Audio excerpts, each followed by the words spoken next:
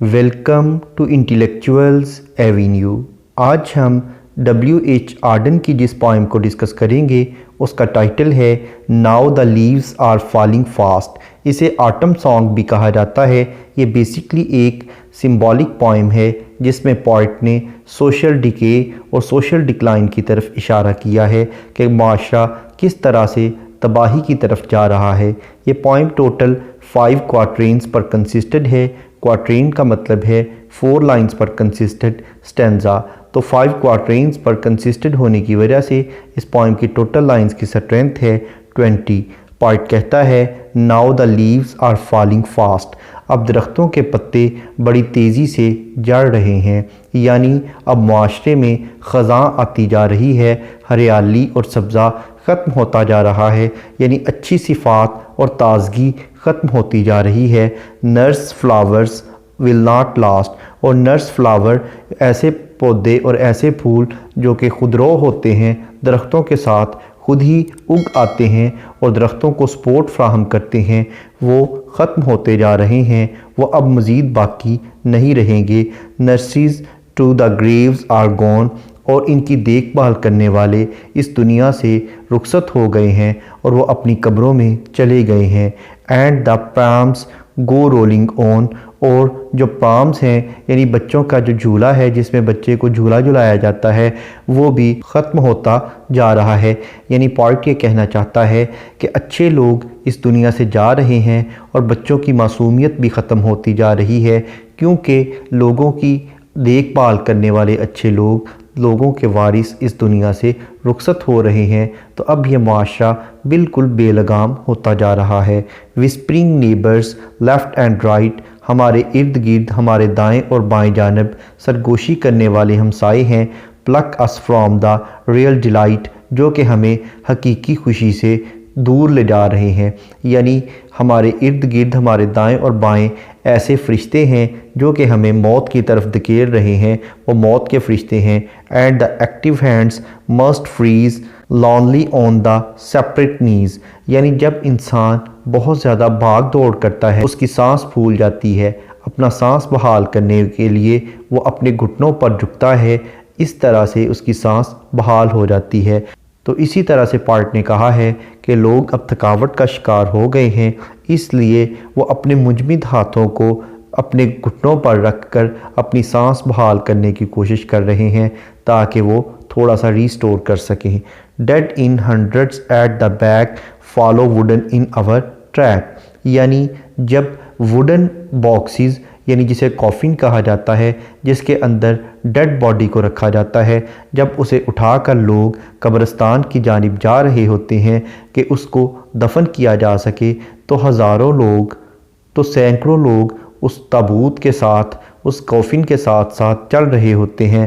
arms raised stiffly to reprove in false attitudes of love، اور لوگ اس کے لیے اپنے ہاتھ بلند کرتے ہیں لیکن ان کا یہ رویہ جھوٹ پر مبنی ہوتا ہے، یعنی وہ اس مرنے والے کے لیے ہمدردیاں جتا رہے ہوتے ہیں، اپنے ہاتھ اوپر اٹھاتے ہیں تاکہ اس کافن کو سپورٹ دے سکے، یا دعا کرنے کے لیے ہاتھ اٹھاتے ہیں، لیکن یہ ساری بات محض جھوٹ پر مبنی ہوتی ہے۔ starving through the leafless woods trolls run scolding for their food، اور بھوک کے مارے ہوئے، بھوک کے ستائے ہوئے لوگ خوراک کی تلاش میں ایک ایسے جنگل کی طرف بھاگ رہے ہیں جس پر کوئی پتہ نہیں ہے، یعنی جہاں انہیں خوراک نہیں ملے گی، یعنی لوگ سکون کی تلاش میں ادھر ادھر مارے پھرتے ہیں لیکن انہیں کسی قسم کا سکون میسر نہیں آ رہا۔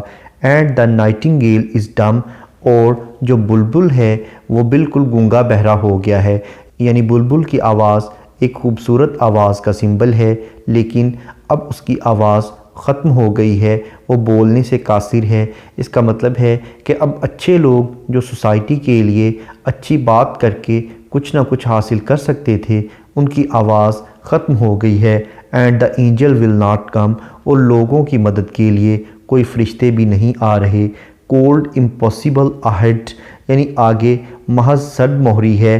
لفٹس دا ماؤنٹینز لونلی ہیڈ، اور جو پہاڑ ہیں وہ اپنے تنہا سروں کو اوپر اٹھاتے ہیں، ان کے سر بھی سرد مہری کا شکار ہیں۔ اس کا مطلب ہے کہ معاشرے کے جو بزرگ لوگ تھے، جو بڑے لیڈر اور رہنما تھے، ان کی مثال پہاڑوں کی مانند تھی۔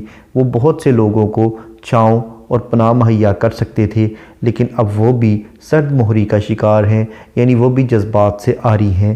whose white waterfall could bless travelers in their last distress، یعنی ان کا جو سفید رنگ کا جھرنا تھا، ان کی جو آبشاریں تھیں، وہ مسافروں کو ان کی آخری تکلیف کے وقت سکون اور آرام مہیا کر سکتی تھیں، یعنی انہیں پناہ بھی دے سکتی تھیں اور تازہ پانی بھی دے سکتی تھیں۔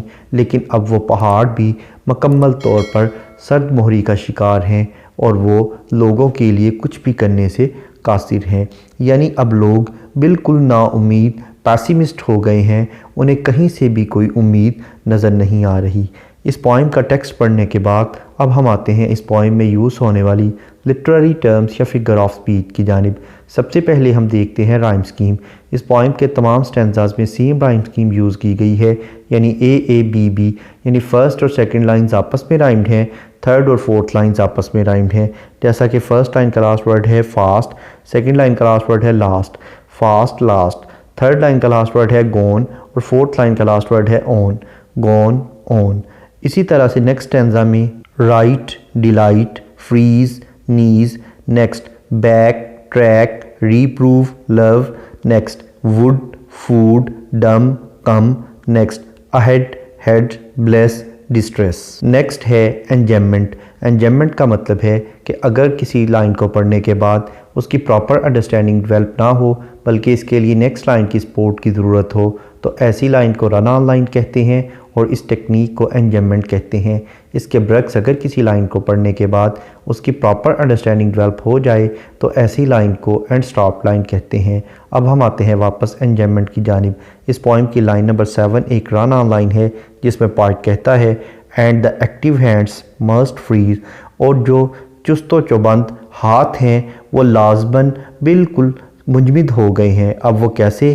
وہ نیکسٹ لائن میں بیان کرتا ہے لونلی آن دا سیپریٹ نیز، وہ کسی انسان نے اپنے تنہا گھٹنوں پر رکھے ہوئے ہیں۔ نیکسٹ ہے اینافورا۔ اینافورا کا مطلب ہے beginning of two or more than two lines with the same word, یعنی دو یا دو سے زیادہ لائنوں کا ایک ہی لفظ سے شروع ہونا، جیسا کہ لائن نمبر 15 اور 16 اینڈ دا سے سٹارٹ ہو رہی ہیں۔ نیکسٹ ہے پرسونیفیکیشن۔ پرسونیفیکیشن کا مطلب ہے to give human traits to the non living things, یعنی بے جان چیزوں کو جانداروں کی خصوصیت عطا کر دینا، جیسا کہ لائن نمبر 18 میں وہ کہتا ہے lifts the mountains lonely head, یعنی وہ ماؤنٹینس کو پرسونیفائی کر رہا ہے ان کے ہیڈ کا ذکر کر کے، ان کے سر کا ذکر کر کے۔ نیکسٹ ہے ایلیٹریشن۔ ایلیٹریشن کا مطلب ہے beginning of two or more than two words in the same line with the same letter or sound, یعنی ایک ہی لائن میں دو یا دو سے زیادہ الفاظ کا ایک ہی حرف یا ایک ہی آواز سے شروع ہونا، جیسا کہ لائن نمبر 1 میں فالنگ اور فاسٹ، یہ دونوں ورڈز ایف لیٹر سے سٹارٹ ہو رہے ہیں۔ لائن نمبر 3 میں گریوز گون، لائن نمبر 18 میں لفٹس لونلی۔ نیکسٹ ہے کانسوننس۔ کانسوننس کا مطلب ہے use of same consonant letter in the different words of the same line, یعنی ایک ہی لائن کے مختلف الفاظ میں ایک ہی کانسوننٹ لیٹر کا استعمال کرنا، جیسا کہ لائن نمبر 5 میں لیفٹ، رائٹ، ان دونوں ورڈز کے اینڈ پر ٹی لیٹر یوز ہوا ہے جو کہ کانسوننٹ لیٹر ہے۔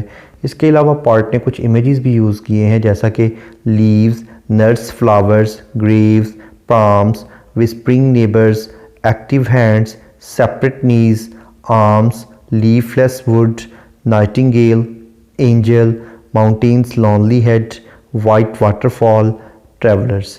اس کے علاوہ اگر ہم اس پوائم کے تھیم کو دیکھیں تو اس میں پوائٹ نے لوگوں کی بے حسی کا ذکر کیا ہے، سوسائٹی کے ڈکلائن اور ڈکے کا ذکر کیا ہے اور لوگوں کی پیسیمزم یعنی ان کی نا امیدی کا ذکر کیا ہے۔